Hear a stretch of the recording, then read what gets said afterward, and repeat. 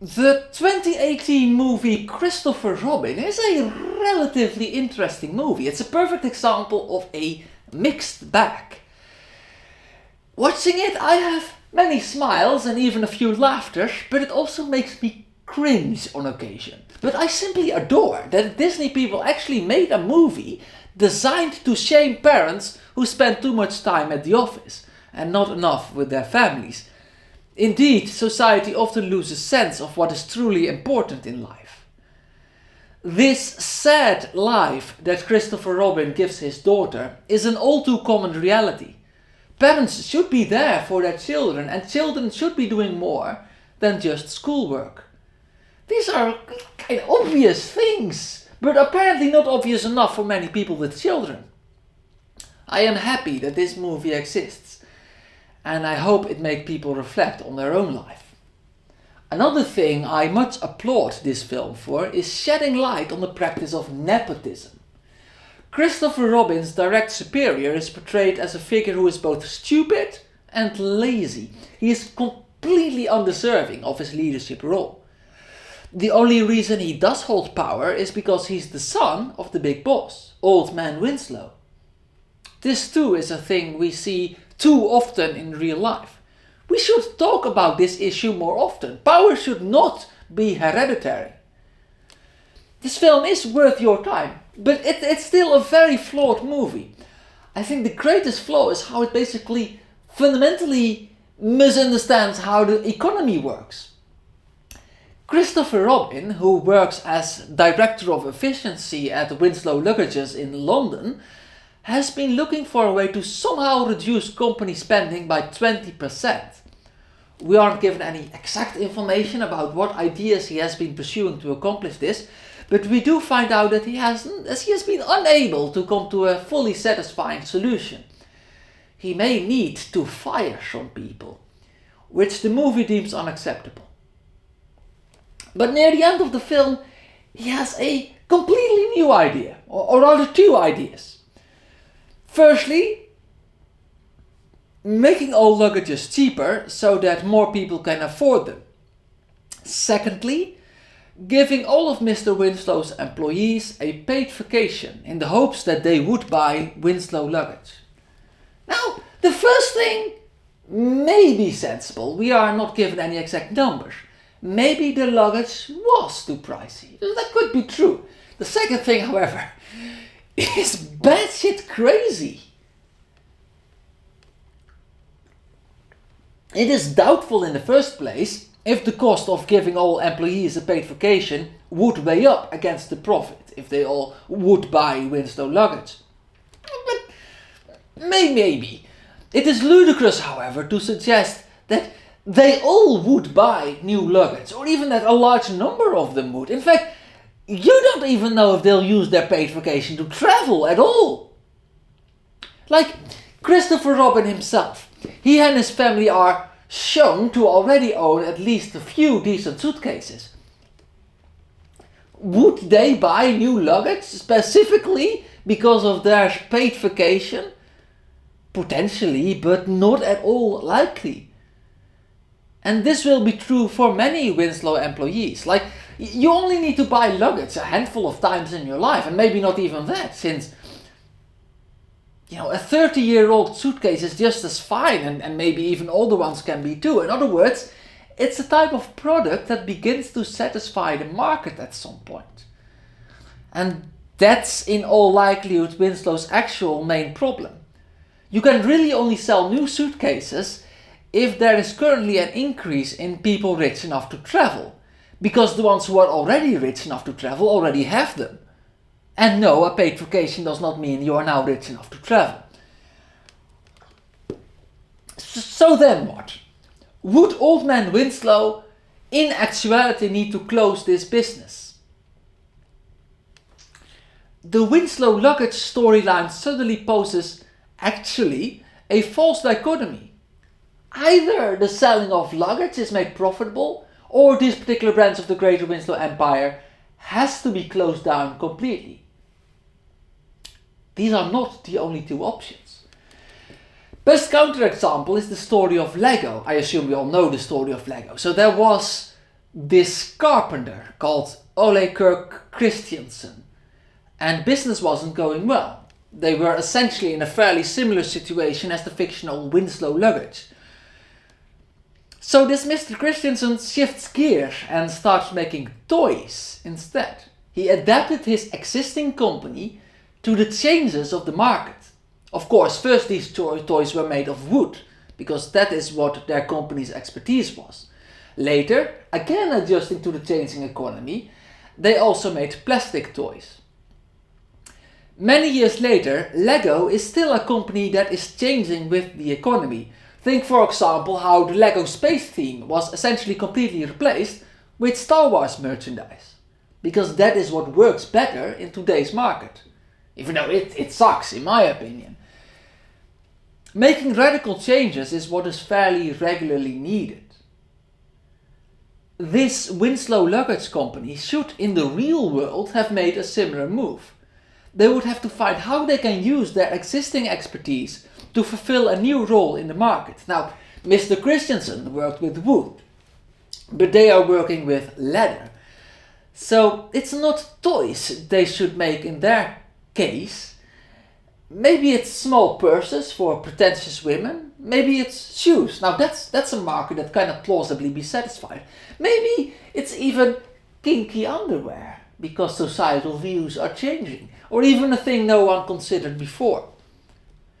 The movie, however, suggests that it is either luggage or nothing. And that's a false dichotomy. Sometimes there is genuinely no market for a product. Or, in the case of luggage, the market at some point is satisfied and too few people are in the market for luggage anymore. And that is actually good. A satisfied market means that success has happened.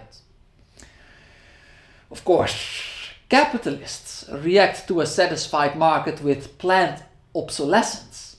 But that is an evil thing to do. They believe they have a right to dictate the market. Sometimes even, companies try to sell a thing there never actually was a market for in the first place. And obviously they fail. Because you cannot force people to buy shit they don't want.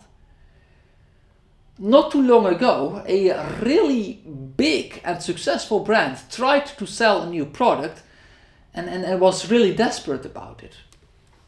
Now, I know that bad publicity is still publicity and that mentioning their name is effectively advertising, which I do not wish to do, but I can tell you that the new product was a type of drink. They had a huge marketing campaign to promote it and forced supermarkets everywhere to have huge displays of it. I believe there was even a tie-in video game. The problem is, while marketing can increase your sales dramatically, the product does actually genuinely need to be something that people want at least somewhat. And this drink was literally the worst. No one liked it, like at all. Genuinely terrible. You'd rather drink your own piss. It was a huge disaster. It took them like several months to realize that it was no use. And they needed to stop trying to sell this product. I'm glad they lost a lot of money because it's a garbage company. If only they were stubborn enough to make themselves go bankrupt. I bring this up because it's not just a thing this movie gets wrong. In real life, actually supposedly educated business people literally do not understand either that if you want to sell something, you have to figure out what it is that people actually want. The first question should not be, how do we sell our product? But rather, what is it that we ought to be selling? Or even, what is it that we ought to be selling today? However, in sales, when you have a job interview, an example of a cliche is when the interviewer hands you a pen and says, "Sell me this pen."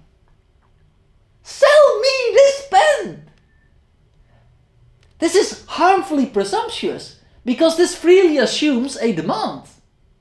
For all you know, because no one is just anyone, the interviewer is or represents a person who already has pens in store for the next 10 years already. Or it's the other way around and they can't even write, right? To attempt to sell them a pen is making a fool of yourself. Marketing is convincing people that they need something. But unless you want to engage in some elaborate deception, that requires that the people actually indeed need the thing that you sell. Therefore, you must know what it is that people would plausibly need before you try to sell them anything at all. And this is true about one-on-one sales first and foremost, but certainly also about marketing anything to the general public. You cannot just sell anything. You need to sell what people need. In the case of a satisfied market, like I think we see in the film, you just have to sell something else instead of going some wacky scheme that would totally not work in real life. And maybe that could mean, indeed, if you find yourself forced to go in a very different direction for which actually a very different type of expertise is required, that you indeed have to fire a few people that you generally can't use anymore. And that sucks, but it isn't some great evil. The movie more or less portrays that as unacceptable. But that's just the reality of the changing market. Like, we don't have people manually controlling the elevator anymore either. Should we have stopped the automation of elevators to preserve their jobs? Well, no, because that same changing market also creates new jobs. Labor itself even is a resource, the availability of which allows for new business opportunities. Like, it's not like you are born an elevator boy and once that gig is over you are unemployed for the rest of your life. And it's the same for the luggage people. Though I think there probably is a reasonable way to recycle Winslow's old workforce into a new enterprise. They ought to look for an Ole Kirk Christensen type solution. But Christopher Robin does not explore this possibility because the writers don't know that that is a thing you would do in a real business. Besides, the vast majority of people don't enjoy their job anyway. So for many laborers, being fired actually makes fairly little difference now. You just experience different misery under a different employer. I can tell you that I don't like my job.